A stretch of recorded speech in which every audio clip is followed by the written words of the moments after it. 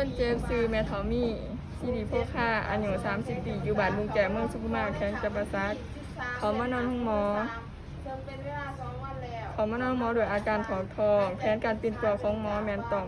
ได้ทรงสารหนามสบายดีแม่ซื้อยังเด้อยู่บ้านใดเมืองใดอายุจักปีแล้วโดยดูซื้อนางกันตาพิพิรวันจะมาส่งสารหนามให้แม่เด้อจุดประสงค์เพื่อทดแทนหนามที่เสียไปและให้แม่แข็งแรงขึ้นขอยานี่เด้อจ้าคนเจ็บเนี่ยคนเจ็บนอนอาบน้ำก็สบายดีคนเจ็บมันก็บอกไปว่าอยากกินคนเจ็บท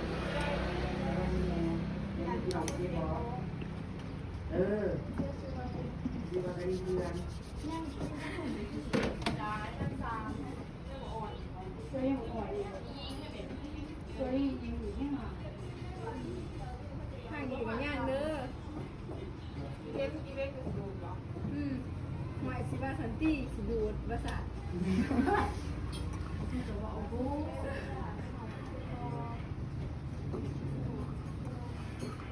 ไม่ก็จะ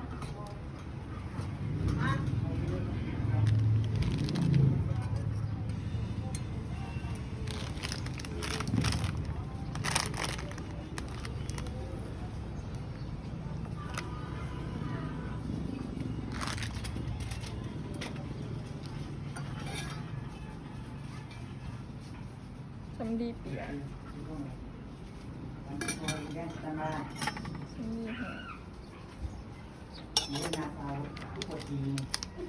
ดีมาแล้วจะมาเสา2คนเจ็บที่ซื้อว่าเลยที่มีอายุหาเอาให้มันก็ต่อ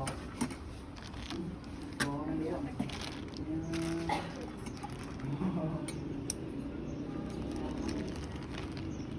คนเจ็บที่ซื้อว่าคนแบบที่มีอายุหาที่บ้านคนเจ็บมันก็จะไม่จำเป็นเขาไม่รู้หมอได้ถามวันที่3 เดือนหาก็ไม่ถาม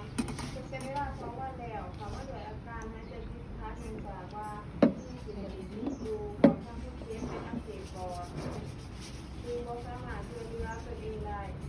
ดังนั้นถ้าใช้การมุ่งหมอคือต้องได้คือการดูจิตเองเหมือนเก็บต้นเจ็บโอ้ยสบายดีแม่อยากที่น้องผู้เจ็บบอผู้เจ็บคือเราจะได้ที่นี่ดีกว่าแต่ไม่ต้องใช้อะไรเลยดีนี่ดูคือนั่งทำจริงทั้งโลกเป็นน้ำข้าววันแหลกก็นั่งดูจริงคือแบบนี้ได้คือว่าต้องมาหนึ่งด้วย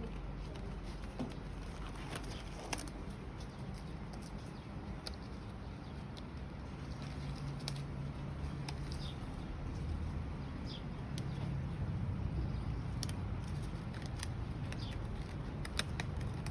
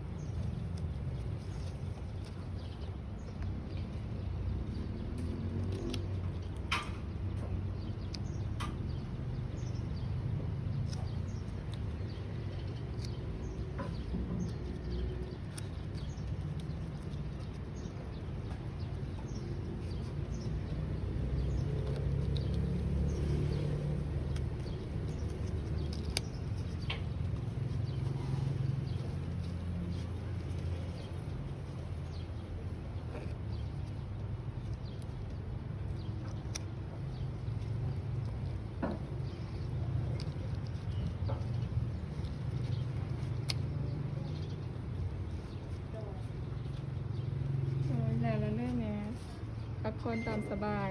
หามโต๊ะซ้ายหนามเอง ถ้ามีอาการแพ้ยาเป็นพื้นแม่นบอกหมอทันทีเด้อ